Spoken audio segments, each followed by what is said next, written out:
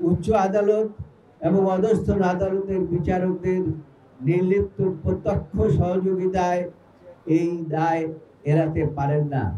সারা দেশে হাজার হাজার বিরোধী দলীয় নেতাকর্মী ও সাধারণ নাগরিককে মিথ্যা মামলায় আটক আদেশ প্রদান এবং রিমান্ডে নিয়ে নির্যাতনের আদেশ প্রদান, এমনকি আইনশৃঙ্খলা রক্ষাকারী বাহিনীর গুম খুনের সহযোগিতা হিসাবেও নির্লজ্জ আদেশ প্রদান করেছেন অধস্থন আদালতের কিছু উচ্চাভিলাষী বিচারক।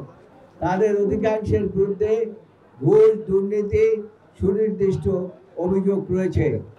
এই সকল দলবাজ বিচারকরা বেছে বেছে বিএনপি নেতা কর্মীদের বিরুদ্ধে দায়েরকৃত মিথ্যা ও হয়রানিমূলক মামলা কোনো রকম সাক্ষ্য প্রমাণ ব্যতি রেখেই অথবা পাতানো সাক্ষ্য দেখে আদালতের নির্ধারিত সময়ের পরে রাতের বেলায় মোমবাতি জ্বালিয়ে তথাকথিত বিচারের নামে মিথ্যা মামলা সাজা প্রদান করেছেন।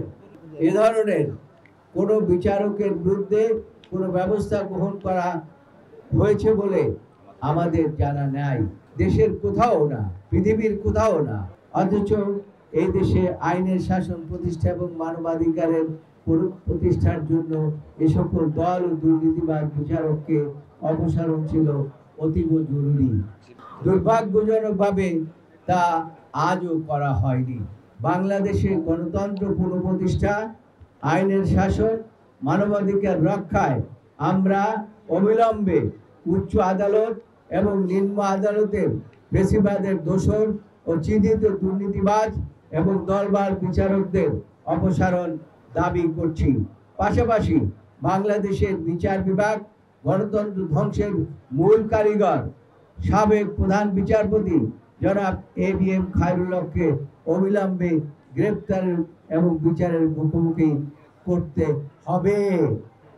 যত গুম খুন যা কিছু হয়েছে সব কিছুর মূল হোতা হচ্ছেন এই খায়রুল হক।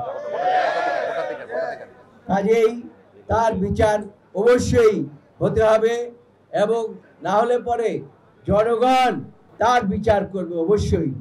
আইনের শাসনে বিশ্বাস করি।